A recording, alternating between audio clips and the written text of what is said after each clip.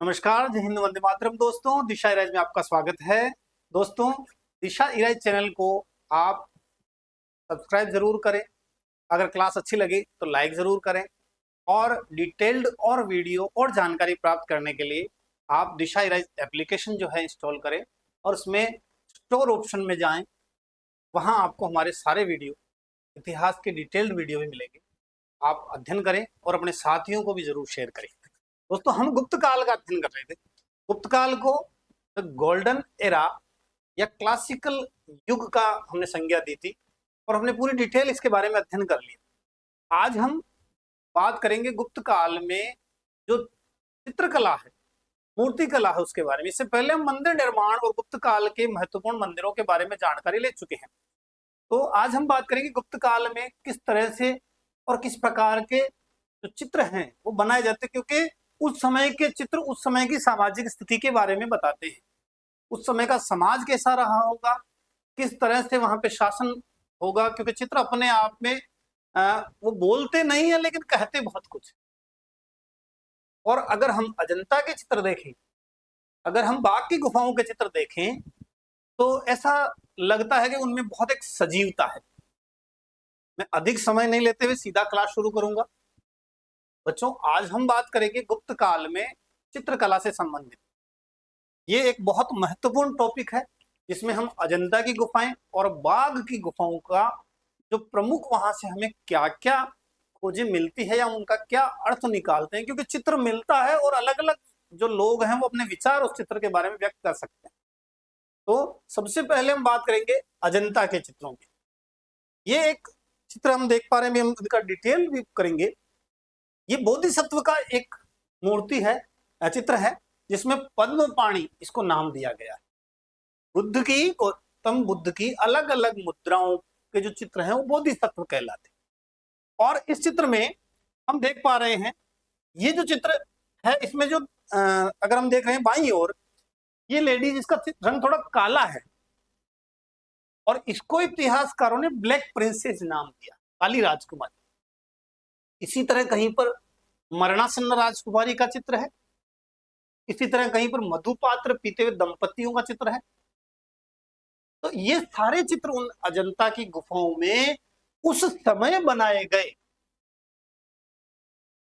जिस समय चित्र और रंगों के बारे में दूसरी दुनिया के लोग या हमारे भारत से, इंडियन सब कॉन्टिनेंट से बाहर के लोग तो शायद सोच भी नहीं सकते। यानी ये जो चित्र हैं ये अलग अलग राजाओं के समय काल में बनाए गए, ये पहली शताब्दी से लेकर गुप्त काल तक बने हैं। अलग अलग समय में अलग अलग लोगों ने वहां पर जाकर चित्र बनाए हैं। और ये जो नॉलेज है चित्रों का, एक्सीलेंस है, ये तो दबा पड़ा था जंगलों के अंदर। वो तो अंग्रेज शिकार करने गए और उन्हें वहां गुफाएं दिखी, के बारे में भी चर्चा करेंगे। तो ये चित्र जो है वो अपने आप में क्या कहते हैं, विभिन्न इतिहासकारों ने इसका क्या अर्थ निकाला है। मैं ये चित्र सजीवता से इसीलिए आपके सामने प्रेजेंट कर रहा हूं कि हो सकता है आप कोई अमुक बुक पढ़ रहे हो, किसी राइटर की, किसी गाइड पढ़ रहे हो, उसका लुकआउट चित्र को देखने का अलग है, लेकिन उसका दूसरा पक्ष कहीं पूछा जा रहा है तो आप स्वयं भी एक अनुमान, एक इमेजिनेशन बना सके। तो ये बात करते हैं अजंता गुफाओं के बारे में। अजंता गुफाएं जो हैं,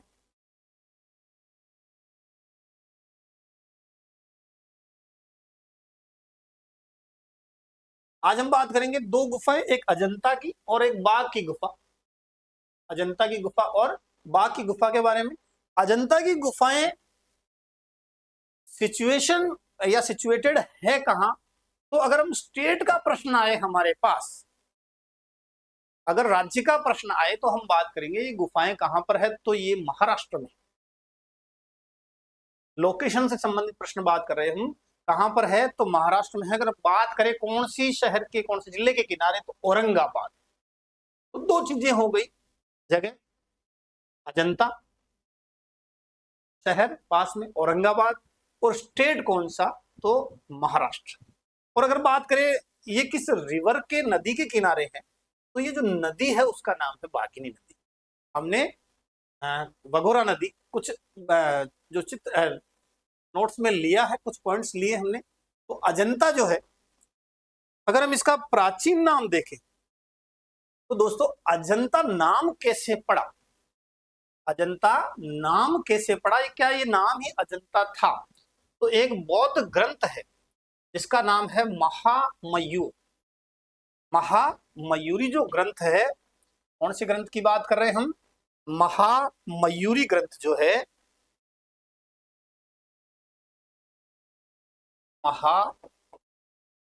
महामयूरी बौद्ध ग्रंथ है। इस बौद्ध ग्रंथ में दोस्तों एक ग्राम का उल्लेख है, ग्राम अजितौंजय का उल्लेख है। कौन सा गांव है? अजितौंजय। इस गांव का उल्लेख कौन से ग्रंथ में है? बौद्ध ग्रंथ महामयूरी के अंदर है। और ये जो नाम है अजितौंजय, इसी का आगे चलकर नाम पड़ा है, वो पड़ा है अजंता। और ये अजंता डायरेक्ट नाम नहीं पड़ा, इसका पहले नाम अजिष्टा था। और संभवतः, मैंने कहा अलग अलग थ्योरी होती है, तो संभवतः अजिष्टा से ही नाम आगे चलकर हो गया अजंता। ये तो एक थ्योरी है अजंता का नाम।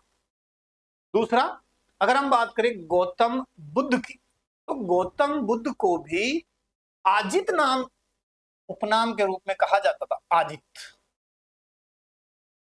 तो आजित गौतम बुद्ध का भी नाम है, तो संभवतः हो सकता है कि आजित के नाम पे अजंता पड़ा होगा। ये दो थ्योरीज अजंता के नाम के बारे में, कुछ बुक्स में अजंता भी लिखा हुआ है, तो वो सेम, क्योंकि प्रोनाउंसिएशन नाम बदलता जाता है धीरे धीरे, तो इस तरह से अजितौंजय से इसका नाम अजंता पड़ा हुआ होगा। अब सबसे पहले हमने बात की कि ये जो गुफाएं हैं, ये गुफाएं शुरुआत से ही हमें पता, बहुत सारा हमारा नॉलेज है वो खत्म हो गया, क्योंकि अगर मैं बात करूं 1819 से सफर से लगाकर हम आगे बात करेंगे 1915 आते आते, तो बहुत सारे चित्र खत्म हो गए। और आज तो वहां फ्लैश लाइट भी, कैमरे की लाइट से भी, क्योंकि वो जो चित्र हैं वो धीरे धीरे समाप्त हो रहे हैं या खत्म होते जा रहे हैं, इसलिए तो बहुत नुकसान पहुंचा। इन 100, 200, 300 सालों के अंदर ये चित्र जो है वो धीरे धीरे लुप्त हो रहे हैं। तो सबसे पहले वहां पर मद्रास रेजिडेंसी का जो एक सैनिक है, इनका नाम है विलियम एरिक्सन। ये कुछ सैनिकों के साथ शिकार खेलने जाता है। विलियम एरिक्सन सबसे पहले अजंता गुफाओं की खोज जो है वो किसने की? तो 1819 में विलियम एरिक्सन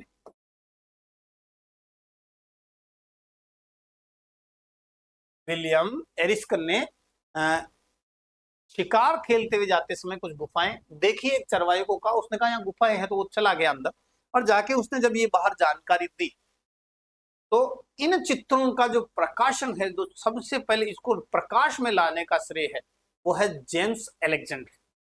जेम्स एलेक्जेंडर ने 1824 में, जेम्स एलेक्जेंडर ने इसको रॉयल एशियाटिक सोसाइटी पत्रिका के अंदर प्रकाशित कराया। तो देखो वहां गुफा के अंदर इतने जोरदार जोरदार पुराने ऐसे चित्र हैं इंडिया के अंदर, द रॉयल एशियाटिक सोसाइटी में प्रकाशित कराया। तो यानी इसको प्रकाश में लाने का जो श्रेय है वो किसी है, जेम्स एलेक्जेंडर को है। और विलियम एरिक्सन जो है, अभी चित्रों के बारे में बात करेंगे, कोई प्रश्न नहीं छोड़ेंगे, आपको कोई किताब, कोई गाइड, कोई चीज देखने की आवश्यकता नहीं है। और अजंता से रिलेटेड कोई प्रश्न अगर एग्जाम में पूछा हुआ वो भी नहीं छोड़ेंगे। निश्चिंत रहे, आप इसको देखते रहे, अध्ययन करते रहे। तो सबसे पहले हमने बात की महामयूरी बौद्ध ग्रंथ की अजितौंजय, बाद में अजिष्टा नाम पड़ा। 1819 में विलियम एरिक्सन गया वहां शिकार खेलने, तो इन अजंता गुफाओं की खोज होती है। 1824 में जेम्स एलेक्जेंडर है जो द रॉयल एशियाटिक सोसाइटी में इसे प्रकाशित कराता है। तो ये इस तरह से प्रारंभ में इसके बारे में जानकारी मिली। जो अंग्रेज लोग थे, इंग्लिश माइंड जो था, बहुत क्यूरियोसिटी था, जिज्ञासु लोग थे, तो उन्होंने 1844 के अंदर एक डॉक्टर गिल है उसको भेजा।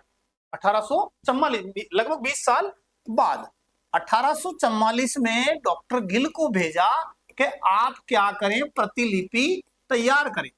उसने प्रतिलिपि तैयार की। देखना, इस अजंता की गुफाओं के चित्र हैं, बहुत मुश्किल से दुनिया के सामने आए। इस डॉक्टर गिल ने प्रतिलिपि तैयार की और प्रतिलिपियों का प्रकाशन भी हुआ। लेकिन जहां प्रकाशन हो रहा था उस क्रिस्टल पैलेस में क्या हो गई, आग लग गई और क्रिस्टल पैलेस के बहुत सारी प्रतिलिपियां जल गई। तो डॉक्टर गिल ने जो काम किया वो सारा का सारा वापस क्या हो गया, उसी मुहाने पर आकर खड़े हो गए। उसके बाद में जो ज्यादातर जो चित्र प्रतिलिपियां चलती है, कुछ आधी अधूरी रह गई है, लेकिन लोग उसको ऐसा मानते हैं क्योंकि वो डॉक्टर ग्रिफिथ जो है उनका देखते हैं। तो 1872 के अंदर, 1872 में ग्रिफिथ ने भी प्रतिलिपि तैयार की और लगभग 30 प्रतिलिपियां इसने तैयार की हो। उनमें से बाकी सारी जल गई, 4-5 प्रतिलिपियां बची। यानी इसका भी काम क्या हो गया, वापस जीरो। ये नाम आपके इसलिए काम के हैं कि निम्न में से अजंता की खोज से जुड़ा हुआ कौन नहीं है, कौन है। तो ये सारे नाम आपको ध्यान में रखने हैं। एरिस्कन, जेम्स अलेक्जेंडर, डॉक्टर गेल, डॉक्टर ग्रिफिथ, इन सभी ने अजंता पे रिसर्च की और उनके चित्रों को प्रकाशन सामने लाने का प्रयास किया। लेकिन 1915 के अंदर, 1915 में एक लेडी हरिंगम नाम की महिला है, उसने रिसर्च की और कुछ साथियों को अपने साथ लिया, जिनमें से प्रमुख थे नंदलाल बोस और एक सरेंद्रनाथ। लेडी हरिंगम, इन्होंने नंदलाल बोस के साथ काफी चित्रों का जो है प्रतिलिपियां तैयार की। लेकिन इनके साथ थे समरेंद्रनाथ।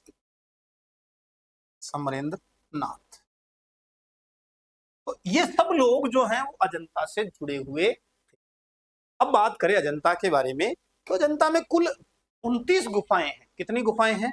29 गुफाएं। देखना, प्रश्न किस तरह से पूछा जाए, ये वहां एग्जाम में आप कितना भी पढ़ जाए, विवेक और प्रश्न के शब्दों का चयन क्या है वो आप देखें। हर किताब में आपको शब्द मिलेगा, अक्षर मिलेगा कि कितनी गुफाएं हैं। 29 गुफाएं हैं भाई। कितनी गुफाएं हैं? 29 गुफाएं हैं कुल। कितनी गुफाएं हैं? 29 गुफाएं।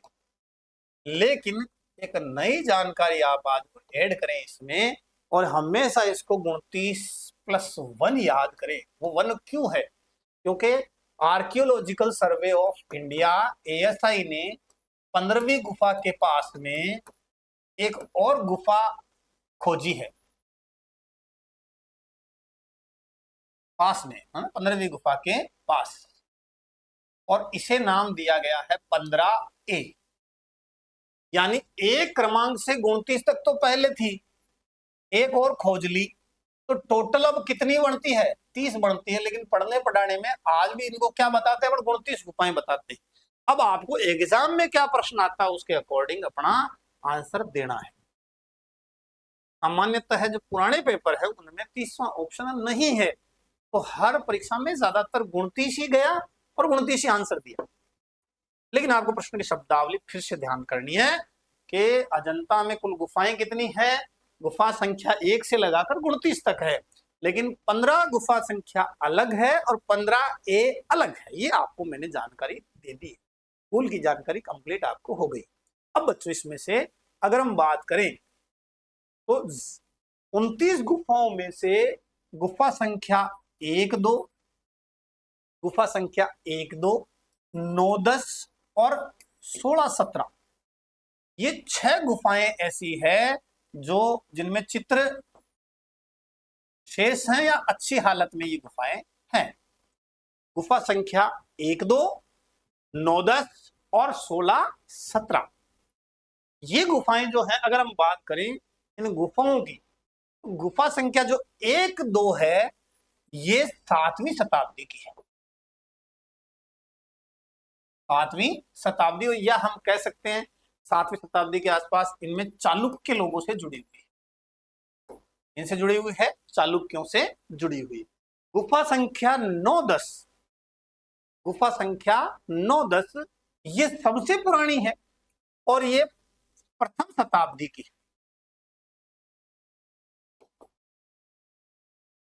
और प्रथम शताब्दी में हम किससे संबंधित कह सकते हैं? सातवाहन से संबंधित।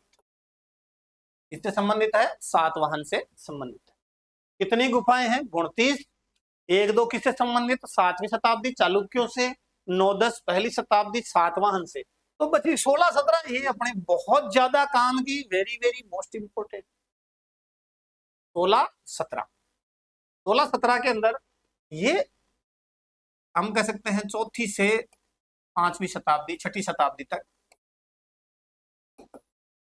और इनमें जो जुड़े हुए हैं वो गुप्त हैं, और वाकाटकों ने भी यहां कुछ योगदान दिया है। तो अगर हमारे सामने प्रश्न आता है तो अजंता की गुफाएं किस वंश से संबंधित है, नहीं, आजकल नहीं के प्रश्न ज्यादा आते हैं, उसको तैयार करें भाई। तो इनमें कौन कौन आएगा? तो ये चालुक्यों से संबंधित है, ये वाकाटकों से संबंधित है, ये गुप्तों से संबंधित है, और ये सातवाहन से संबंधित है।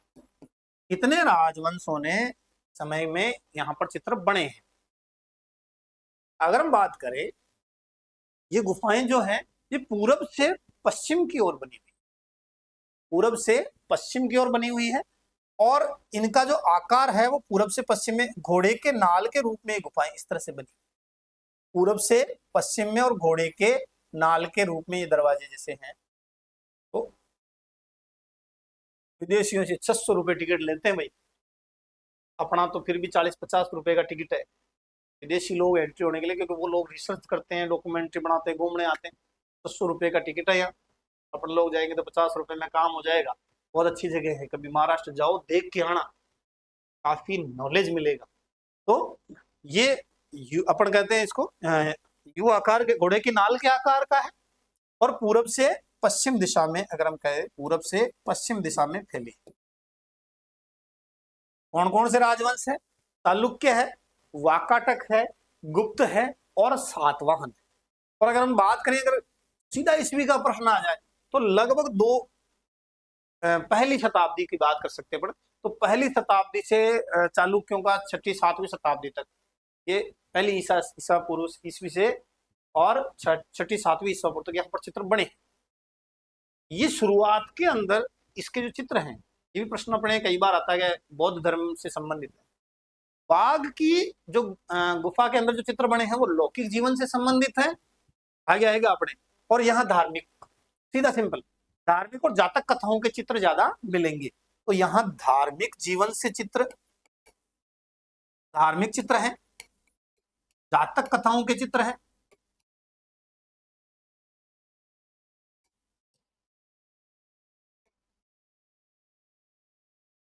अगर हम बात करें, चित्र बौद्ध धर्म से संबंधित है, सामान्यतः है, ज्यादातर जो चित्र हैं वो बौद्ध धर्म से संबंधित। और बौद्ध धर्म के अंदर भी बात करें तो ये बौद्ध धर्म, लेकिन इसमें भी अगर हम बात करें, प्रारंभ में बौद्ध धर्म की हीनयान शाखा के, और बाद के जो चित्र हैं महायान शाखा के। बौद्ध धर्म में 2 शाखाएं, हीनयान और महायान। हमने पढ़ा होगा, आपने पढ़ा होगा बिल्कुल, नहीं तो आप दिशा ईराइज जो एप्लीकेशन है उसमें जाएं, कंप्लीट हिस्ट्री पढ़ें जिनको पढ़ना है, और जिनको केवल गुप्त काल, किसी को आर्ट एंड कल्चर तैयार करना होता है वो आर्ट एंड कल्चर की क्लास अटेंड करें केवल। तो जो गुप्त बौद्ध धर्म है वो, उसमें 4 बौद्ध संगीतियां प्रमुख सम्मेलन अपन कह सकते हैं वो हुए। उसमें से जो 4th सम्मेलन है, 4थी संगीति के अंदर बौद्ध धर्म में बंटवारा हो गया। और 4थी संगीति किसके समय में हुई थी? बच्चों सभी को याद होगा जो पढ़ते पढ़ाते, कनिष्क। कनिष्क ने कहां पर करी? कुंडल वन में, कुंडल वन में। और अध्यक्षता किसने करी? वसुमित्र ने। वहां पर बौद्ध धर्म जो है वो हीनयान और महायान में बट गया। आगे चल के भी देखोगे आप, है ना। ये जो हीनयान वाले हैं वो बुद्ध को क्या मानते हैं? वो महापुरुष मानते हैं, महापुरुष। लेकिन महायान वाले बुद्ध को क्या मानते हैं? देवता, भगवान, गॉड, सुप्रीम। ये दोनों की विचारधारा में अंतर। बाद के अंदर इन्हीं विचारों के कारण ये हीनयान जो है ये भी बट गया और महायान जो भी बट गया। ये हीनयान जो है वो वैभाषिक, हीनयान जो है वो वैभाषिक और सोत्रांतिक, सोत्रांतिक शब्द है, सोत्रांतिक। और महायान का भी जो विभाजन हुआ वो एक माध्यमिक, आपने नाम सुना शून्यवाद, और एक योगाधार। शून्यवाद कह ले चाहे माध्यमिक लिख देता हूं, और योगाधार में इनका विभाजन आगे चलकर हो जाता है। ये अपने थोड़ा अभी के टॉपिक से अलग अपने बात करी, बौद्ध धर्म। लेकिन अगर आपके पास प्रश्न आए तो याद रखना ये किस शाखा से संबंधित है। तो पहले के जो चित्र है वो हीनयान पर आधारित है और बाद के जो चित्र है वो महायान पर आधारित है। लेकिन अगर दोनों आ जाए, अरे बहुत सारी समस्याएं हैं, बहुत सारे बच्चों के प्रश्न भी आते हैं, दोनों आ जाए तो मेनली इसमें कौन सी शाखा संबंधित है? महायान, क्योंकि बुद्ध को देवता बना के प्रेजेंट किया हुआ है। यहाँ पर जो बहुत सारी गुफाएं हैं, टोटल अपन ने बात करी कितनी गुफाएं? टोटल 29 गुफाएं। टोटल कितनी गुफाएं हैं? 29 गुफाओं में से 5 गुफाएं ऐसी है, 5 गुफा ऐसी है जिसमें गुफा नंबर 9, 10, 19, 26 और 29। 9, 10, 19, 26 और 29 ये गुफाएं क्या है? चैत्य गुफाएं। अब चैत्य शब्द क्या है बिल्कुल याद होना चाहिए ना। तो चैत्य क्या चीज है? अगर कोई देवता, कोई महापुरुष है ना, कोई मर जाता है तो उसका अंतिम संस्कार कर, अंतिम संस्कार के बाद में उससे संबंधित अस्थियां, उससे संबंधित कुछ धातु के पदार्थ वो बच जाते हैं। वो जब बच जाते हैं उनको शवदाह के बाद जो अवशेष बचते हैं उन्हीं को हम क्या कहते हैं? चैत्य। शवदाह के बाद जो अवशेष बचते हैं उन्हें क्या कहते हैं? चैत्य कहते हैं। तो ये चैत्य गुफाएं हैं, यानी यहां पर अवशेषों पर कोई स्तूप बनाया हुआ है। और जब जो चैत्य गुफाएं हैं वहां पर आपको एक दरवाजा मिलेगा, आयताकार दरवाजा मिलेगा। उसके बाद में इस शेप के अंदर ये पूरा मिलेगा और यहां पर एक अंडाकार स्तूप मिलेगा। ये एक फॉर्म रहती थी चैत्य की। यहां अवशेष पर यह स्तूप बनाया जाता जिस पर वो पूजा प्रार्थना करते थे। दूसरा चैत्य के अलावा जो विहार है वो है। तो लगभग 5 इसमें चैत्य गुफाएं हैं और 24 बौद्ध विहार है। ये आपको एक टर्मिनोलॉजी मिलेगी कि ये गुफा विहार है, ये गुफा चैत्य गुफा। तो चैत्य गुफाएं कौन कौन सी है? 9वीं, 10वीं, 19वीं, 26वीं और 29वीं। वापस एक बार करें, पहली, दूसरी, 9वीं, 10वीं, 16वीं, 17वीं। पहली 10वीं किसके समय? चालुक्यों के। 9वीं 10वीं सातवाहनों के। 16वीं 17वीं गुप्त वाकाटकों के। आप ये बिल्कुल लेके चलते रहे। चैत्य क्या चीज है? तो चैत्य है शवदाह के अवशेष पे वहां अगर कोई स्तूप बनाया जाता है और वहां पूजा पाठ की जाती है, एक तरह से मंदिर। एक तरह से ये तो हो गया मंदिर और ये हो गया रहने की जगह। ये हो गई रहने की जगह, बौद्ध विहार रहने का स्थान है, और ये हो गया मंदिर। चैत्य गुफा जो है वो मंदिर, टेम्पल हो गया, और ये रहने की स्थान हो गया। तो ये 5 गुफाएं ऐसी हैं जो चैत्य गुफाएं हैं। अगर हम बात करें गुप्त काल के जो चित्र हैं उसमें दोनों विधियां काम में आती हैं, एक तो फ्रेस्को और एक टेम्परा। इसमें जो चित्र हैं वो फ्रेस्को विधि में भी बनाए हुए हैं और टेम्परा में। अगर हम फ्रेस्को की बात करें तो फ्रेस्को के अंदर जो गीला प्लस्तर है, पूरा गीला करके उसमें रंगों से चित्र बनाए जाते थे। यानी गीला प्लास्टर करके कह सकते हैं शुद्ध रंग जो है चित्र बनाते थे। और दूसरी विधि जो है वो है टेम्परा। टेम्परा विधि के अंदर अगर हम बात करें तो टेम्परा में सूखा प्लास्टर लेते थे, ठीक है, और कोई बाइंडिंग मटेरियल काम में नहीं लेते थे। उसकी बजाय अंडे की जैसे जर्दी है और कुछ प्राकृतिक रंग है उनका प्रयोग करते। दो चीज अपने को ध्यान में रखनी है, फ्रेस्को के अंदर गीला प्लास्टर, निकाल लेते गीला प्लास्टर करते और उसके ऊपर विशुद्ध रंगों का प्रयोग करते थे। और जबकि टेम्परा के अंदर सूखे प्लास्टर पे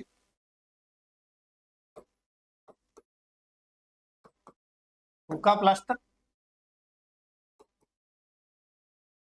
बाइंडिंग मटेरियल काम में नहीं, इसकी जगह अंडे की जर्दी काम में लेते थे, जलीय रंग प्रयोग में लेते थे। ये कौन सी विधि कहलाती है? टेम्परा कहलाती है। अगर हम बात करें इनके जो अजंता में चित्र बने हैं उसमें शिला चूर्ण का प्रयोग हुआ है, गोबर का प्रयोग हुआ है, मिट्टी का लेप का प्रयोग हुआ है। इसके अंदर गोबर, मिट्टी का लेप, शिला चूर्ण, गोबर, मिट्टी का लेप, शिला चूर्ण, इसके अलावा चूने का प्लास्टर जो है वो है। और अगर हम बात करेंगे वनस्पति और खनिज रंग प्रयोग, है ना, वनस्पति और खनिज रंगों का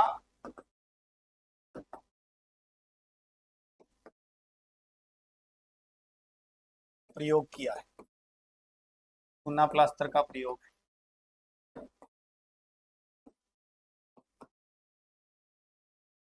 ये यहाँ प्रयोग हुए हैं रंगों, जो कलर जो काम में लिए हैं वो ज्यादातर काला, पीला, लाल, सफेद और नीला। कलर जो है काला, लाल, पीला,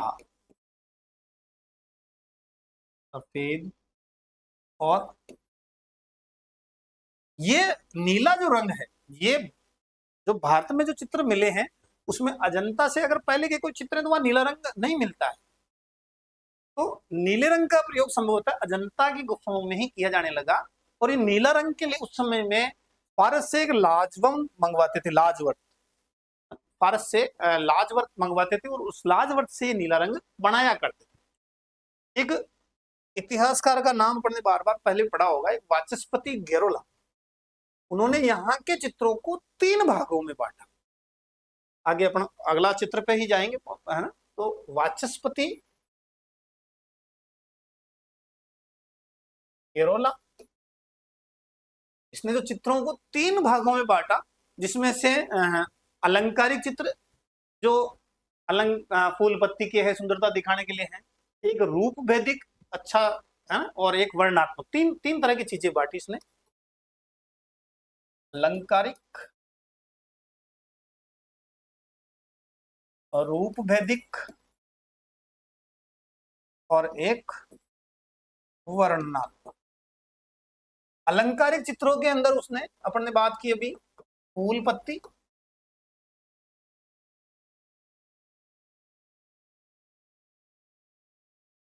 नदियां, पहाड़, ऐसे सुंदरता दिखने वाले। रूप वैदिक के अंदर गंधर्वों के चित्र हैं, यक्ष के चित्र हैं, सुंदरियों के चित्र हैं। वर्णात्मक में उसने बोधिसत्व, जातक कथाओं के चित्र। तो 3 भागों में वाचस्पति गेरोला ने अजंता से जो चित्र मिले हैं उन्हें 3 भागों में बांटा है, जिनके बारे में हम अलग अलग चित्रों में अब देखेंगे। दोस्तों आगे चलते हैं। बड़ा ये जो चित्र है, क्योंकि सबसे पहले हमने बात की बच्चों, गुफा संख्या 1, 2, 9, 10 और 16, 17। 16, 17 कौन से समय की है? गुप्तकालीन है। 9, 10 क्या है? 9, 10 आपके सातवाहन समय की है। और 1, 2 जो है वो चालुक्य के समय की। यानी सबसे पुरानी कौन से अपन कह सकते हैं? 9, 10 है सातवाहन के समय की। और गुप्तकालीन 16, 17 है, और हमें गुप्तकाल देख रहे हैं इसलिए हम 16 और 17 पे ज्यादा जोर रखेंगे। लेकिन पढ़ेंगे अपन अजंता की गुफाएं सारा ही, ताकि अपन इस छोटे से पोर्शन को छोड़े भी नहीं और प्रश्न है कहीं से भी पूछ। ये गुफा संख्या 16 का गेट है। पहले मैं कुछ चित्रों की व्याख्या कर देता हूं आपको, ताकि आपको समझने में बहुत आसानी हो जाए। ये गुफा संख्या 16 का गेट है, दिख रहा है? यहाँ से नहीं दिखे तो वहां जाके देखना पड़ेगा, क्योंकि चित्र इतने धुंधले हो चुके हैं। मैंने कुछ साफ चित्रों को कलेक्ट करने की कोशिश करी है, लेकिन आप जरूर, ये जो चित्र है ये गुफा का गेट एंट्रेंस दिख रहा है, और ये गेट के ऊपर एक हाथी बना हुआ है। इस हाथी गजराज का अजंता में कई जगह प्रयोग हुआ है और बहुत सारी जातक कथाएं इससे रिलेटेड भी है। और यहाँ हमें बहुत सारे जातक कथाओं में इस हाथी का वर्णन मिलेगा, जैसे हस्ती जातक है, छदन जातक है, तो इनमें हाथी से रिलेटेड बहुत सारी बातें हैं। और जो बुद्ध है उनकी माता जो है, उनको स्वप्न भी आया था कि सफेद हाथी गर्भ में आ रहा है, तो वहां से भी लेकिन गुफा संख्या 16 के गेट पे हमें क्या दिखाई दे रहा है, हाथी दिखा। देखो अपन पहले अपना इमेजिनेशन अपने बनाए ताकि आपको याद रहे, इस चीज स्थायी हो, बार बार किताबें रटने की जरूरत नहीं पड़े, आप याद करें, देखें और कंठस्थ हो जाए चीज। और अगर यहाँ पे कोई छोटी बात भी बताई जा रही है, वो चीज इस गुफा से रिलेटेड चित्र को कंठस्थ कराने के लिए अगर मैं बता रहा हूँ, कतई 1 मिनट भी आपका अनावश्यक हम लेंगे नहीं। तो गेट जो है उस पे हाथी के चित्र है, इस तरह से गुफा का एंट्रेंस है, सीढ़ियों पे चढ़ना पड़ता है, चढ़ के ऊपर जाके अपन गुफा के अंदर जाके हम चित्र देख सकते हैं आराम से। तो ये और एक बहुत महत्वपूर्ण ये जो चित्र है आप यहाँ देख पा रहे होंगे, मैं और जूम कर देता हूं बच्चों।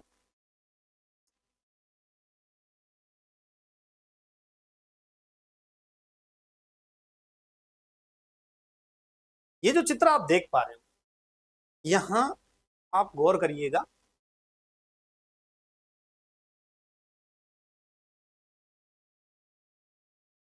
वापस लेते हैं, यहाँ आप गौर करिएगा इस चित्र में, ये अपने को एक राजकुमारी दिखाई दे रही है। ये बिल्कुल पतली सी मरियल सी, यहाँ आप अगर गौर करेंगे तो आपको ये राजकुमारी दिखाई देगी। मैंने फेस पे इसलिए मार्क कर दिया ताकि आप देख पाए। और ये बहुत कमजोर हो चुकी है। यहाँ आपको सेविका दिखाई दे रही है और ये सेविका कुछ हाथ में कलश लिए हुए है यहाँ पर, और कोई दवाई औषधि, ये एक तीसरी सेविका है, तो ये कुछ औषधि देने का प्रयास कर रही है। ये राजकुमारी है, बिल्कुल कमजोर हो चुकी है, पतली दुबली हो चुकी है, उसके पास में कुछ सेविकाओं का चित्र है। बहुत भावुकता इस चित्र के अंदर, अगर आप प्रत्यक्ष से इस चित्र को देखोगे तो आपको बहुत अच्छा चित्र।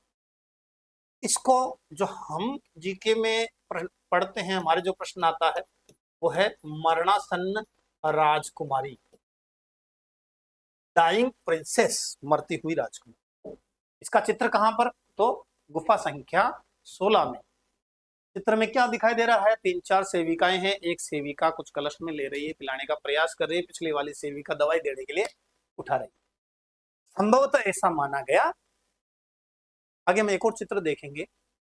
ये जो राजकुमारी है संभवतः इसका नाम है सुंदरी, और ये जो सुंदरी है ना, अभी दुबली हो चुकी है सुंदरी अभी सुंदरी दुबली हो चुकी है, कमजोर हो चुकी है। इसका जो पति है उसका नाम बुद्ध जो है उनके सौतेले भाई नंद से, नंद जो है बुद्ध के सौतेले भाई थे, उनकी पत्नी है, पति के विरह में कमजोर हो चुकी है।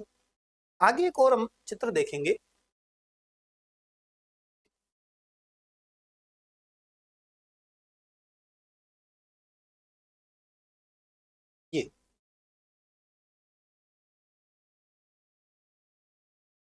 ये भी गुफा संख्या 16 का चित्र है। इसको नंदी भिक्षु का चित्र आप हम देख पा रहे हैं, नंदी भिक्षु। इस चित्र में हम यहाँ आपको दिखाई देगा, जब गौतम बुद्ध वापस कपिल वस्तु आते हैं, जब गौतम बुद्ध कपिल वस्तु आते हैं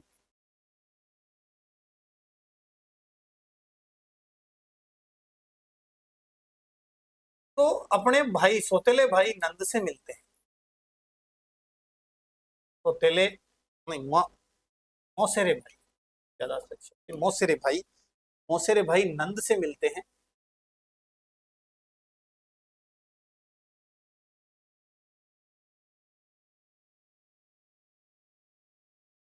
और उस नंद को कहते हैं तू भी मेरे साथ चल, और ऐसा कहते हैं कि उसको जबरदस्ती ये क्या बना देते हैं, अपने साथ ले जाकर भिक्षु बना देते हैं।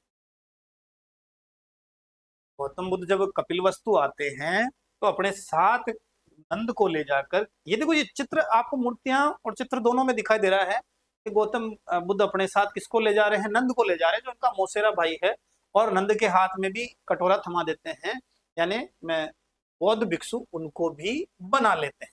एक हाथ में कटोरा लिए हुए नंद का जो चित्र हमारे को दिखाई दे रहा है और उसको बौद्ध संघ में शामिल कर लेते हैं। तो गौतम बुद्ध तो बहुत बड़े, हम कह सकते हैं महापुरुष, या हम महायान की शाखा में गए देवता थे। तो नंद जो है वो उनके साथ बौद्ध संघ में शामिल हो जाता है, लेकिन नंद उदास रहता है। तो इस चित्र में आपको देखने को मिलेगा, चित्र स्पष्ट थोड़ा नहीं दिखाई दे रहा है इसलिए मैं मूर्तियों पर ज्यादा दिखा रहा हूं आपको। उस चित्र में ये दिखाई दे रहा है कि नंद जो है उसको एक नाई जो है वो उसके बाल जो है, या हम कह सकते हैं मुंडन कर रहा है। एक बच्चे एक बौद्ध भिक्षु का मुंडन हो रहा है और पास में खड़े जो लोग हैं वो हंस रहे हैं।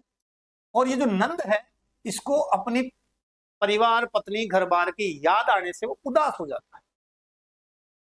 अब जब ये नंद उदास होता है तो बुद्ध स्वयं आते हैं और उसे कहते हैं चल मेरे साथ, और कहते हैं कि उसे आकाश मार्ग में ले जाते हैं और आकाश मार्ग से उसे बहुत सारे विभिन्न चित्र दिखाते जाते हैं। ऐसा चित्रित किया गया है अजंता की गुफाओं में।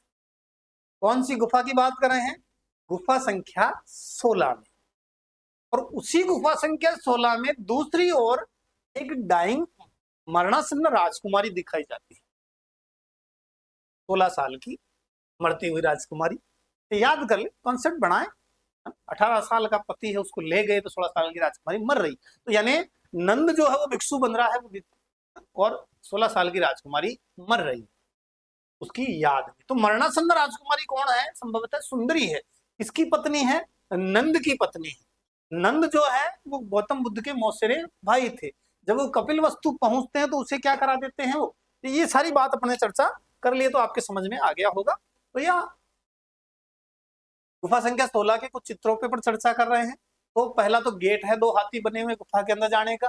फिर ये अगला चित्र हम देख पा रहे हैं मरती हुई राजकुमारी का है, संभवतः सुंदरी है जो नंद की पत्नी थी, और नंद के विरह के कारण इसकी क्या हो रही है? मृत्यु हो रही, मर रही है, दवाइयां ले रही। ये चित्रों अपने को देखने को मिलता है। ये महाविनिष्क्रमण का है। गौतम बुद्ध जो है अपने पुत्र राहुल को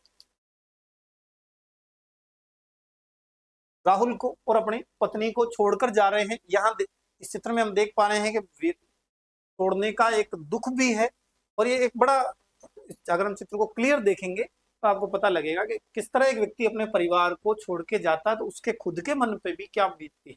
लेकिन जन कल्याण जो है वो ज्यादा आवश्यक मानते हैं। तो ये एक चित्र है जिसमें एक कोने में खड़े हैं गौतम बुद्ध और अपनी पत्नी और राहुल को देख पा रहे हैं।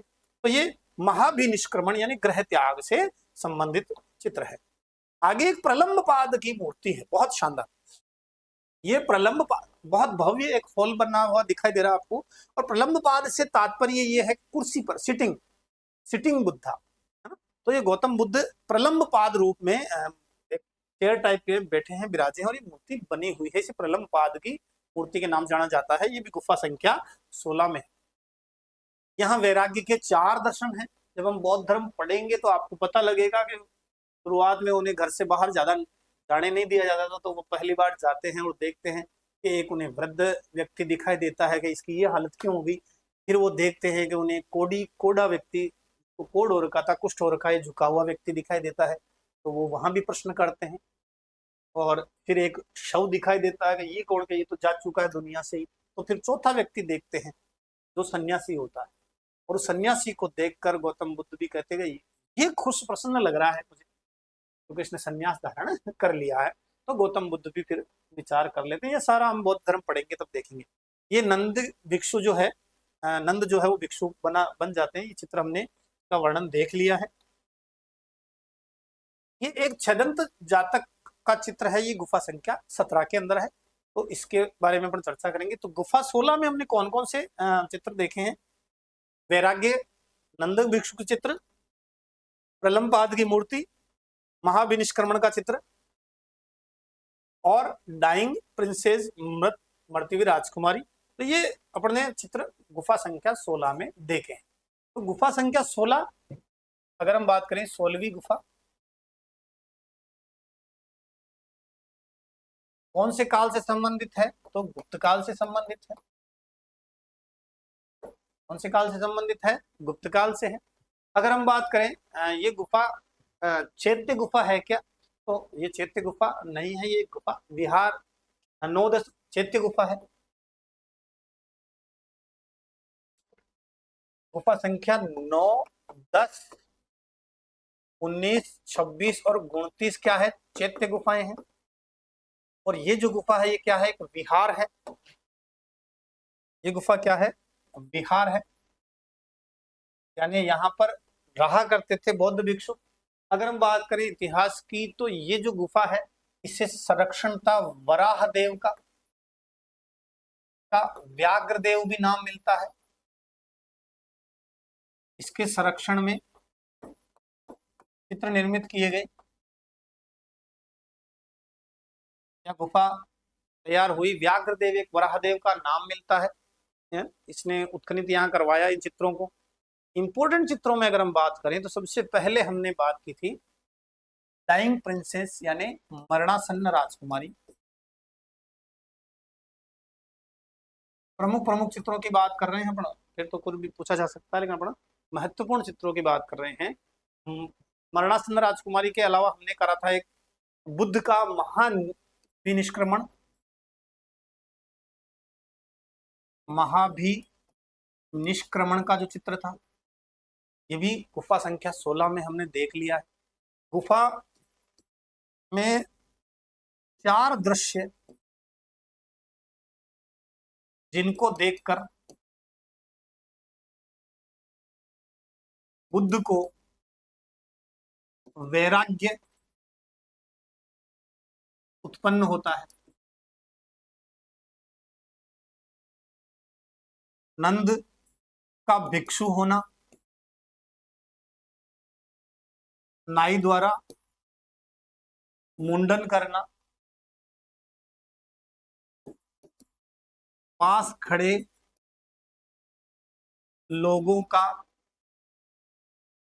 हंसना और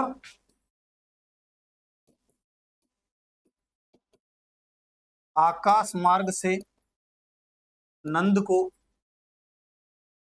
विभिन्न दृश्य दिखाते हुए बुद्ध दिखाई देते, ये भी हमने बात कर ली। इसके अलावा उपदेश सुनते हुए कुछ भक्त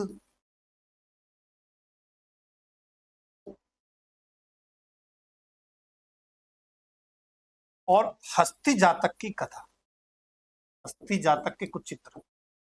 ये एक जातक कथा है, ये आप अपने को अन्य गुफाओं में भी चित्र मिलेगा हस्ती जातक के, लेकिन इसके अंदर है क्या का हस्ती जातक में ऐसा गौतम बुद्ध जो है अपने किसी जन्म में हाथी हुआ करते, जब वो हाथी थे उस जन्म में तो ऐसा कहते हैं कि एक बार वो जब जंगल से गुजर रहे थे तो कुछ यात्रियों को देखते हैं। वो यात्री भूखे थे, प्यासे थे, घायल थे और उनके पास में कुछ खाने के लिए कुछ था नहीं। तो जो हाथी था वो देख के उनको दया आ जाती है और वो अब ऊंचाई पर जाकर कूद जाते और अपनी जान दे देते उन यात्रियों की ताकि उनको भोजन मिल सके। तो ये एक पूरा वृतांत है उस हस्ती जातक कथा के अंदर। उसके चित्र जो है वो इसी गुफा संख्या 16 के अंदर बताए गए। अगर हम बात करें एक मुनि है असित मुनि, उनसे जो वार्ता होती है उसका भी वहां पर चित्र है। बुद्ध जो है वो विद्याभ्यास करते हैं उसके भी चित्र है। तो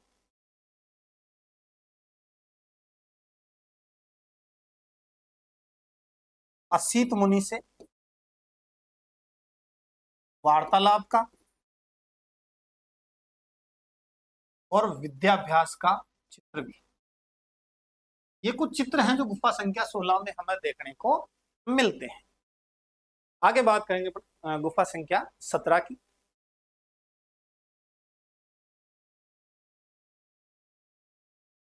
ये प्रलंबाद की मूर्ति पर चर्चा कर चुके हैं, 4 दृश्य। ये एक छदंत जातक की कथा है। ये छदंत जातक जो है इसके चित्र यहाँ गुफा संख्या 17 में भी मिलेंगे हमारे, और छदंत जातक के जो चित्र हैं वो गुफा संख्या 10 में भी मिलते हैं।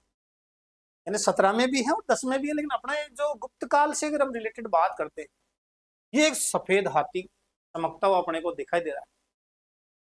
ये चित्र वहां पर बनाया गया है और ये एक केसरिया सा वस्त्र पहने एक व्यक्ति दिखाई दे रहा है जो इस हाथी का दांत लेकर जा रहा है। अब यहाँ बात है क्या, ये 6 दंत जातक है क्या? और ये 17 मतलब खतरा, याद रखें। खतरा का खतरा किस किस में है, तो आपको चित्रशाला के बारे में, 6 दंत जातक के बारे में, इन सब के बारे में आपको पता लगेगा। तो 6 दंत जातक, 6 दंत का मतलब है दांत कितने? 6 दांत। ये जो हाथी है, ये जो प्रजाति है, ये पाई जाती होगी तो इसके कितने दांत होते होंगे? 6 दांत होते होंगे। और ये सफेद रंग की प्रजाति, चित्र में सफेद हाथी दिखाई दे रहा है, इसके कितने दांत हैं? 6 दांत। इसीलिए इसका नाम पड़ा 6 दंत। और जो जातक कथाएं हैं बौद्ध धर्म, तो 6 दंत जातक में एक हाथी है, इसको नाम उल्लेखित किया गया है, राजा है। जो हिमालय में प्रजाति पाई जाती थी वो गजराज है। इस गजराज के 2 पत्नियां थी, एक का नाम था महासुभद्रा और एक का था सुभद्रा। ये पूरा वृत्तांत ज्यादा काम का नहीं, लेकिन ये जो नॉलेज है वो आप स्थायी करेंगे। महाछदन जातक है क्या और इसमें क्या है, कौन सी गुफा के अंदर। ऐसा कहते हैं कि एक बार मजाक में इस गजराज ने, एक पेड़ था फूलों से आच्छादित था, उसको हिलाया तो महासुभद्रा है उस पर तो सारे फूल गिर गए। महासुभद्रा पर तो आकर सारे फूल और पत्तियां अच्छे अच्छे हरे हरे गिर गए, लेकिन चिल सुभद्रा पे सूखी पत्तियां की गिरी तो चिल सुभद्रा नाराज हो गई और नाराज होकर गजराज को छोड़कर चली गई। ऐसा कहते हैं कि चिल सुभद्रा पुनर्जन्म लेती है और वाराणसी का जो राजा है उसकी पटरानी बन जाती है। और जब ये पटरानी बन जाती है तो पटरानी बनने के बाद ये राजा से कहती है कि मुझे तो इसका दांत चाहिए। तो जो वाराणसी का राजा है वो कुछ लोगों का एक ग्रुप बनाता है और एक उनका नेतृत्व करता है ये सोनुत्तर नाम का व्यक्ति। इस सोनुत्तर को भेजता है। ये सोनुत्तर हिमालय में जाके इस गजराज को खोज लेता है और एक खड्डा बना देता है और छुप जाता है। और जब गजराज आता है तो वो खड्डे के अंदर पांव फंस जाता है और बहुत तकलीफ के बाद वो पांव निकाल लेता है और उसे सोनुत्तर दिखाई दे देता है और गजराज सोनुत्तर के पीछे मारने के लिए दौड़ता है। लेकिन जब सोनुत्तर का एक केसरिया वस्त्र देखता है तो वो रुक जाता है। केसरिया वस्त्र का जो कहते हैं हमारे प्रारंभ से ही, क्योंकि ये उगते हुए सूर्य का कलर केसरिया दिखाई देता है तो इसलिए सम्मान है ऋषियों का ये कलर, तो इसलिए वो खुद रुक जाता है और फिर सोनुत्तर से पूछता है तो सोनुत्तर उसे कहता है कि मुझे तो आपके दांत लाने के लिए भेजा गया है। लेकिन हाथी जो है बड़ा मुश्किल से अपना खुद का दांत खुद ही अर्पित कर देता है और बाद में वो जो दांत है देने के कारण इस गजराज की क्या हो जाती है, मृत्यु हो जाती है। सोनुत्तर वापस आता है वाराणसी और राजा और राजकुमार रानी को वो वृतांत बताता है और ये दांत जब भेंट करता है तो कहते हैं वो पटरानी स्वयं क्या कर देती है, देह त्याग देती। बहुत शानदार वृतांत है, पूरी जातक कथा है। जातक कथा किस नाम से है? 6 दंत सा। हाथी की मृत्यु हो गई, खतरा मतलब खतरा। तो 6 दंत जातक की कथा 17वीं गुफा के अंदर ये चित्र बने हुए हैं। आगे देखते हैं। अगला ये महाहंस जातक की कथा है, इसका चित्र भी बना हुआ है, यहाँ पर भी है। तो गुफाएं हैं वहां पर और बना हुआ है, लेकिन अपने को 17वीं गुफा में याद करना। महाहंस जातक ये जो काशी के राजा थे उनको अपनी पत्नी कहती है कि मैंने एक हंस देखा है जो गुफा झील के अंदर है और वो सोने का है, लाके दो।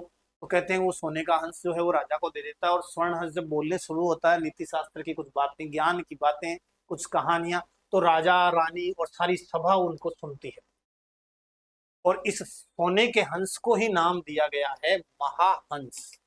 तो ये जो महाहंस की जातक कथाएं, तो इनको अगर आप पढ़ेंगे बहुत सारा नॉलेज अपने को इतना सा ध्यान रखना है। महाहंस की जातक कथा से संबंधित कौन सी गुफा में चित्र हैं, तो गुफा संख्या 17 में। और ऐसी जातक कथाओं के बहुत सारे चित्र हैं, इसलिए गुफा संख्या 17 को चित्रशाला कहा गया, क्योंकि यहाँ पर हस्ती जातक की भी है, छदन जातक की भी है और महाहंस जातक की भी कथा है। तो ये सारे चित्र हैं। आगे देखते हैं। ये जब कपिलवस्तु बुद्ध पहुंचे थे उस समय का चित्र है, बहुत ही शानदार चित्र है ये। जब कपिलवस्तु पहुंचे तो एक बहुत मार्मिक चित्र है, जिसमें वो अपनी पत्नी से ही भिक्षा लेने पहुंचते हैं और पत्नी जो है वो अपने बेटे को आगे करती हुई कहती है, अपने पुत्र राहुल से कहती है कि अपने पिता से उनका जो कहते हैं राजमांग, ऐसा एक इस चित्र में बताया गया है और वो कटोरा लेके भिक्षा मांग रहे हैं। इसमें गौतम बुद्ध जो है उनका चित्र जो है थोड़ा बड़ा बनाया गया है और उनकी पत्नी और पुत्र राहुल को थोड़ा सा छोटे आकार में दिखाया गया है। इसको राहुल समर्पण नाम से हम कह सकते हैं या माता और शिशु का चित्र भी कह सकते हैं। ये राहुल समर्पण का चित्र है, ये भी गुफा संख्या 17 के अंदर हमें देखने को मिलता है। अगला गुफा संख्या 1 के बारे में है, तो यहाँ पे बात करेंगे। पहले हम गुफा संख्या 17 में राहुल समर्पण का चित्र है, महाहंस जातक का चित्र है और इसके साथ में छदंत जातक का चित्र है। तो गुफा संख्या 17 में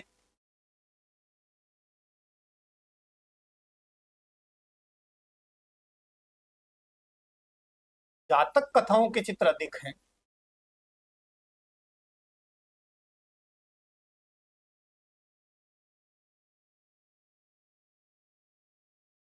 इसलिए इसे क्या कहते हैं, इसे चित्रशाला भी कहा जाता है।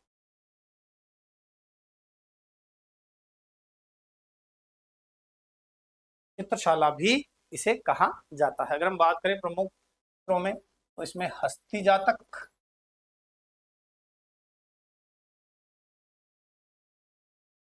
छदंत जातक,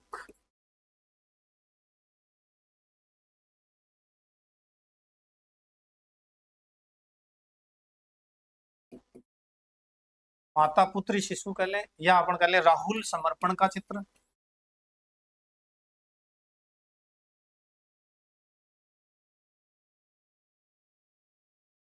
महाहंस जातक का चित्र,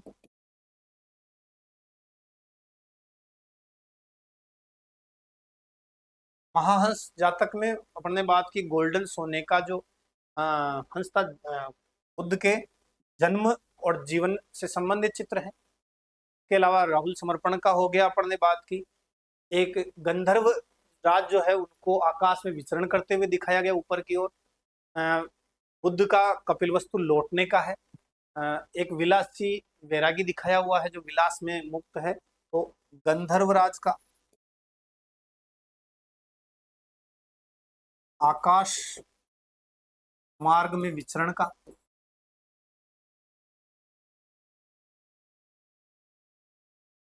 विलासी वैरागी दिखाया हुआ है। और गौतम बुद्ध के जीवन से संबंधित बहुत सारे चित्र हैं। ये जो चित्र ये जो गुफा है, इसका जो संरक्षण मिलता है वो एक हरिसेन है, उसका सामंत है उपगुप्त ने यहाँ पर गुफा का संरक्षण किया, चित्रों को बनाया।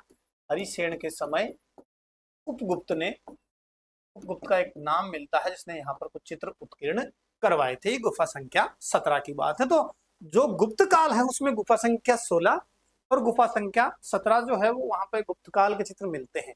इनको आपको बिल्कुल बहुत सीरियसली देखना।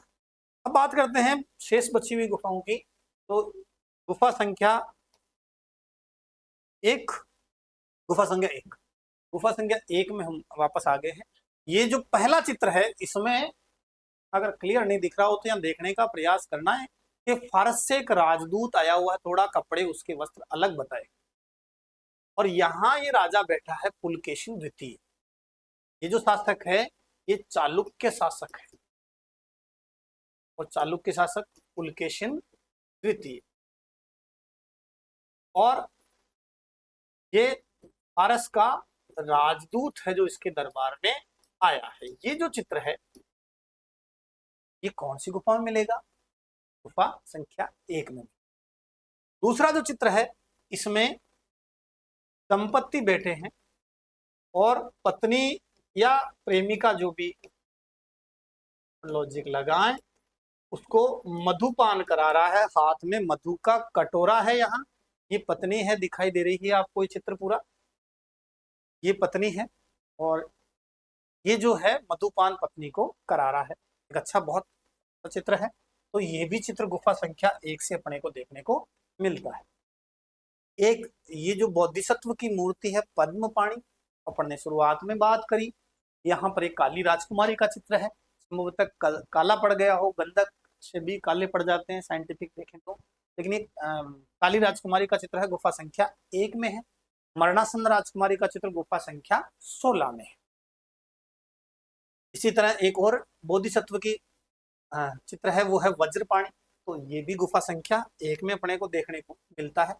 तो गुफा संख्या 1 के अंदर अगर हम बात करें तो कौन कौन से चित्र हैं, तो सबसे पहले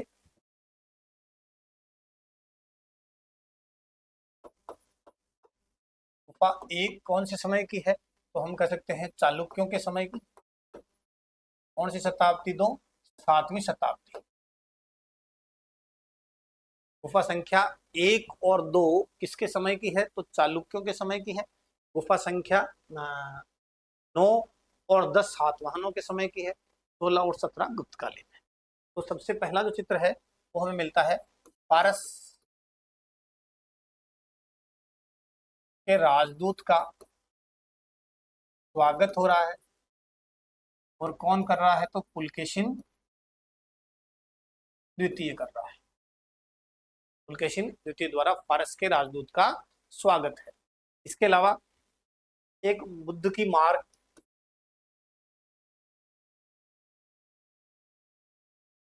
मतलब कामदेव एक चित्र है, या तो अपने आएगा या अपन यदि अच्छा चित्र है, जिसके अंदर बुद्ध बैठे हैं और कुछ नग्न नारियां जो है वो उस चित्र के पास पास बनी हुई है, और एक कामदेव को तलवार लिए हुए दिखाया गया। यानी कामदेव जो है वो बुद्ध को उस काम वासना में लिप्त करना चाह रहे हैं, लेकिन गौतम बुद्ध तपस्या में लीन है। ये जो चित्र है इसे नाम दिया गया है बुद्ध की मार। मार जो शब्द है वो कामदेव को कहा गया है। तो यहाँ कामदेव जो है वो गौतम बुद्ध को काम वासना में लिप्त करना चाह रहे हैं। तो ये बुद्ध की मार के नाम से ये चित्र है। मधुपान या दंपत्ति का चित्र, तो मधु का कटोरा लिए है, पत्नी तो नग्न अवस्था के अंदर है और वो मधु उसको पान करा रहा है। तो ये एक प्रेम से संबंधित चित्र है, बहुत अच्छा चित्र है। इसके अलावा बोधिसत्व की चित्र हैं, इसमें पद्म पाणी का चित्र देखा था, पर उसके साथ में काली राजकुमारी का चित्र देखा था। ये पद्म पाणी, और दूसरा एक और अपन ने चित्र यही लिख लेते हैं इसको, वज्रपाणी। काली राजकुमारी का चित्र, काली राजकुमारी ब्लैक प्रिंसेस के नाम से जिसे जानते हैं। इसके अलावा माया देवी जो उसका शयन कक्ष का चित्र है। एक झूला झूलती राजकुमारी का भी है झूला। मैंने सारे चित्र नहीं लिए हैं। झूला झूलती राजकुमारी जो मोस्ट इंपोर्टेंट है, परीक्षाओं में पूछे जा सकते हैं, वो जरूर लिए हैं। काली राजकुमारी ले लिया, झूला झूलती राजकुमारी, माया देवी का शयन कक्ष का चित्र है, माया देवी शयन का चित्र है। इस तरह गुफा संख्या 1 में ये कुछ चित्र लिए हुए हैं। गुफा संख्या 2 की बात करते हैं। गुफा संख्या 2 में वापस ही महाहंस जातक, जिसके अपन ने बात की थी, गोल्डन है ना रंग का वो हंस जो जातक कथाएं सुनाता है। इसके अलावा यहाँ विधुर पंडित जातक की, एक हाथी पर बैठा विधुर पंडित जातक कथाएं उसकी है। महाहंस जातक की है। एक जो बैठी हुई माया देवी जो है वो स्वप्न ले रही है। माया देवी जो है, माया देवी का जो शयन है वो गुफा संख्या 1 में है, और माया देवी का जो स्वप्न है, माया देवी का स्वप्न है वो किसमें है, गुफा संख्या 2 में। इसके अलावा और चलिए गुफा संख्या 9 में एक लेडीज है वो बैठी हुई है, कुछ विचार कर रही है, बहुत अच्छा चित्र है। कुछ पुजारी हैं, एक स्तूप दिखाई दे रहा है और कुछ पुजारी उस स्तूप की ओर पूजा के लिए जा रहे हैं।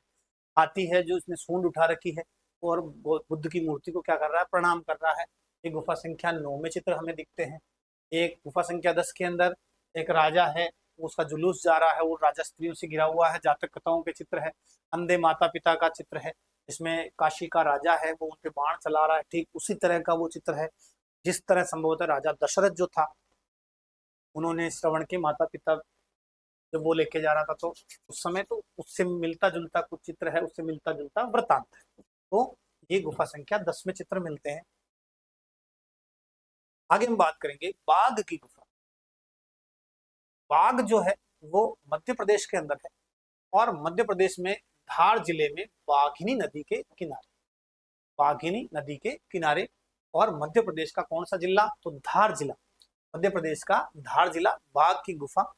हम बात करें, अगर कंपेरिटिवली बात करें बाघ की गुफा की और अजंता की गुफाओं की, दोनों किससे संबंधित है? गुप्तकाल से संबंधित। दोनों किससे संबंधित है? गुप्तकाल से संबंधित। लेकिन बाघ की गुफा और अजंता की गुफाओं हमें कुछ अंतर हम अगर देख पाए, तो वो अंतर दिखता है कि बौद्ध धर्म से संबंधित अजंता की गुफाएं हैं, लेकिन लौकिक जीवन से संबंधित जो चित्र हैं वो कहाँ है? बाघ की गुफा में देखने को मिलते हैं। जैसे केश विन्यास है, जैसे श्रृंगार के हैं, नृत्य के हैं, वेशभूषा के हैं, इस तरह के सामान्य जीवन से संबंधित चित्र यहाँ हमें देखने को मिलते हैं। इनकी खोज जो है वो 1818 में डेंजर फील्ड ने की थी।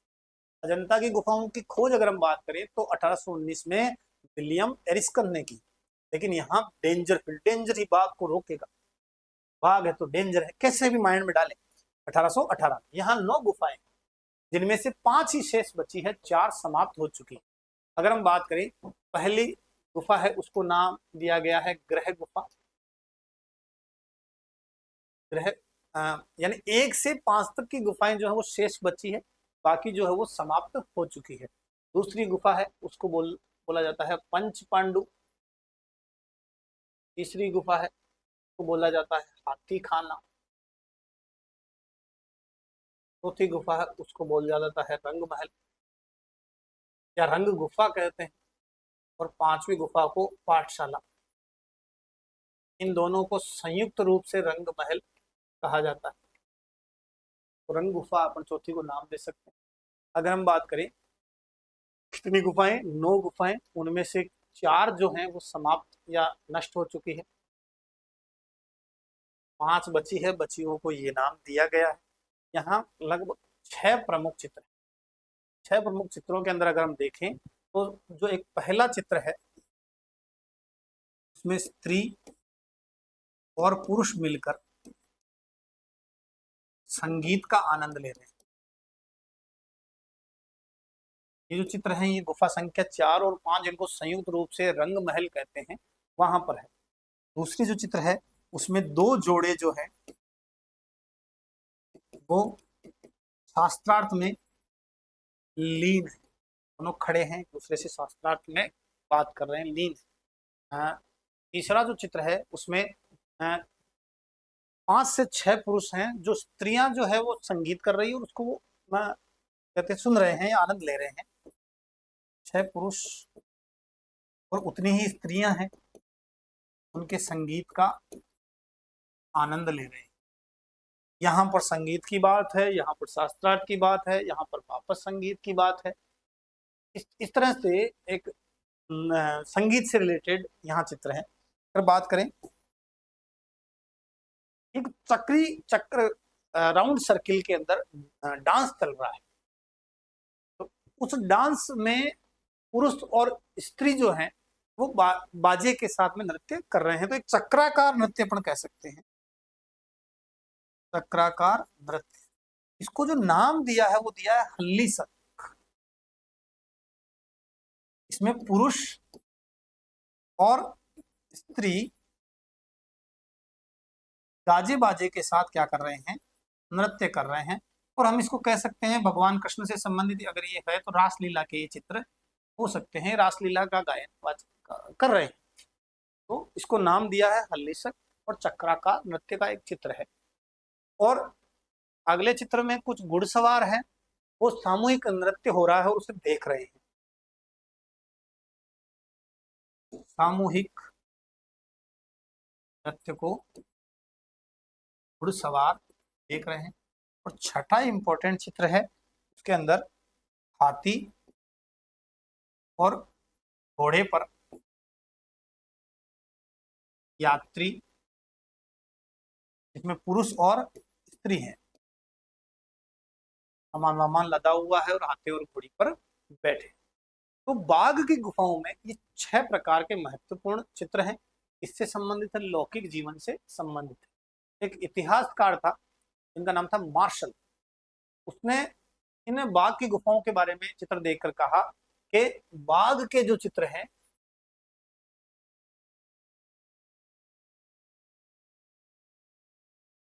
दैनिक जीवन की,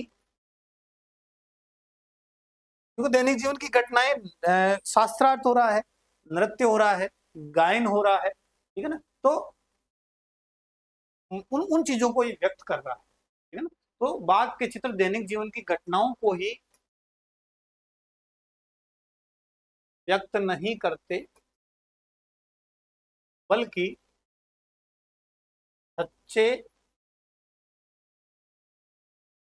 जीवन की भावनाओं को, क्योंकि चित्र भावनाओं को व्यक्त करता है ना।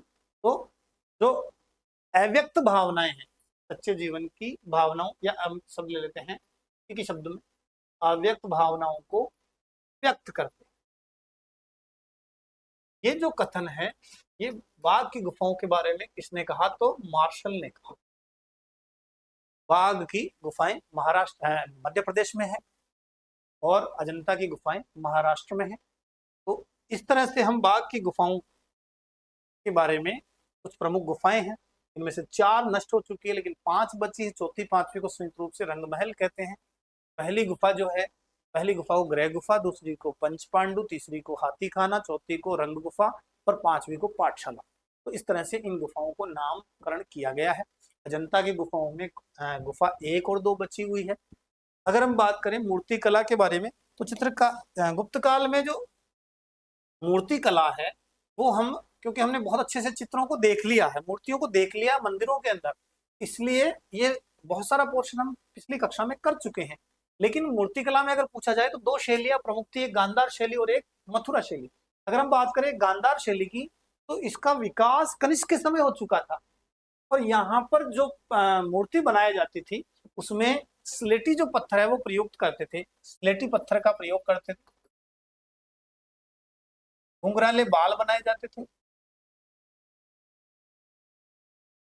इसी तरह अगर हम बात करें मथुरा शैली में, तो मथुरा में जो मूर्तियां बनती थी वो सफेद और चितकबरा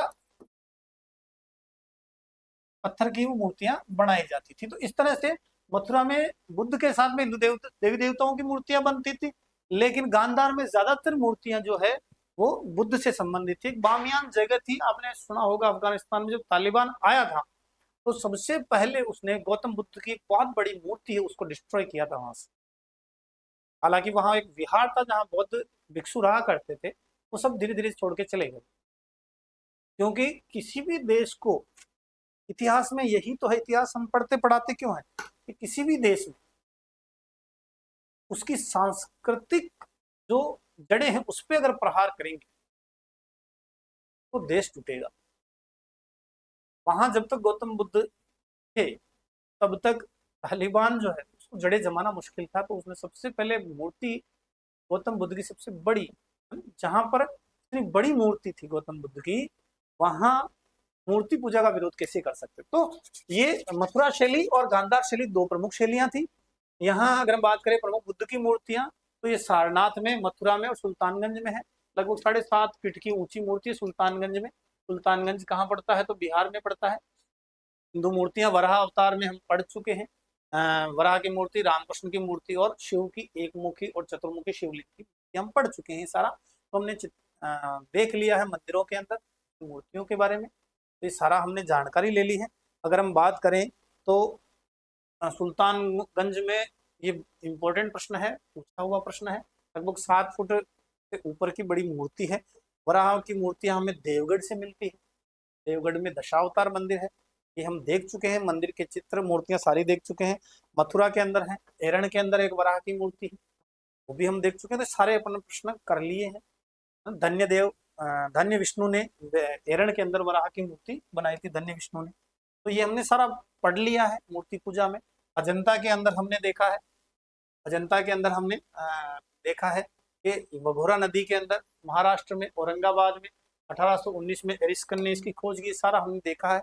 महामयूरी ग्रंथ है जिसमें अजितोंजय 32 गुफाएं हैं, 5 चैत्य गुफाएं हैं, 24 विहार हैं जहाँ लोग रहा करते थे, बौद्ध भिक्षु रहा करते थे। 1 और 2 नंबर जो गुफा है वो चालुक्य से संबंधित है। गुफा संख्या 9 और 10 है वो सबसे पुरानी है क्योंकि वो सातवाहनों से संबंधित है। गुफा संख्या 16 और 17 गुप्तकाल से संबंधित है, कुछ चित्र वाकाटकों ने बनाए हैं। तो इस प्रकार 29 गुफाएं हैं। एएसआई ने एक 15 गुफा की और खोज की है। इन सबको देखें। गुफा संख्या 16 और 17 बहुत महत्वपूर्ण है। 16 और 17 के पढ़ने, कुछ चित्र भी देखे थे, कुछ जातक कथाओं के बारे में पढ़ने चर्चा की थी। तो इस तरह से ये बहुत बार प्रश्न रिपीट प्रश्न है। एक मरणासन्न राजकुमारी, डाइंग प्रिंसेस, 16 वर्ष की राजकुमारी याद करें तो आपको याद हो जाएगा। तो ये मरणासन्न राजकुमारी गुफा संख्या 16 के अंदर है। तो इस तरह से आप कक्षा को तैयार करें, इनको बार बार पढ़ें, अभ्यास करें और समझने का प्रयास करें। रट्टा मारेंगे तो परीक्षा के अंदर भूल अगर हुई तो माइनस मार्किंग पे चले जाए। तो जुड़े रहिए। क्लास अच्छी लगे जरूर लाइक कीजिए, अपने दोस्तों को शेयर कीजिए और एप्लीकेशन को डाउनलोड कीजिए, वहाँ पे आपको डिटेल क्लास और मिलेगी। जुड़े रहिए दिशा इराइज के साथ। बहुत बहुत धन्यवाद।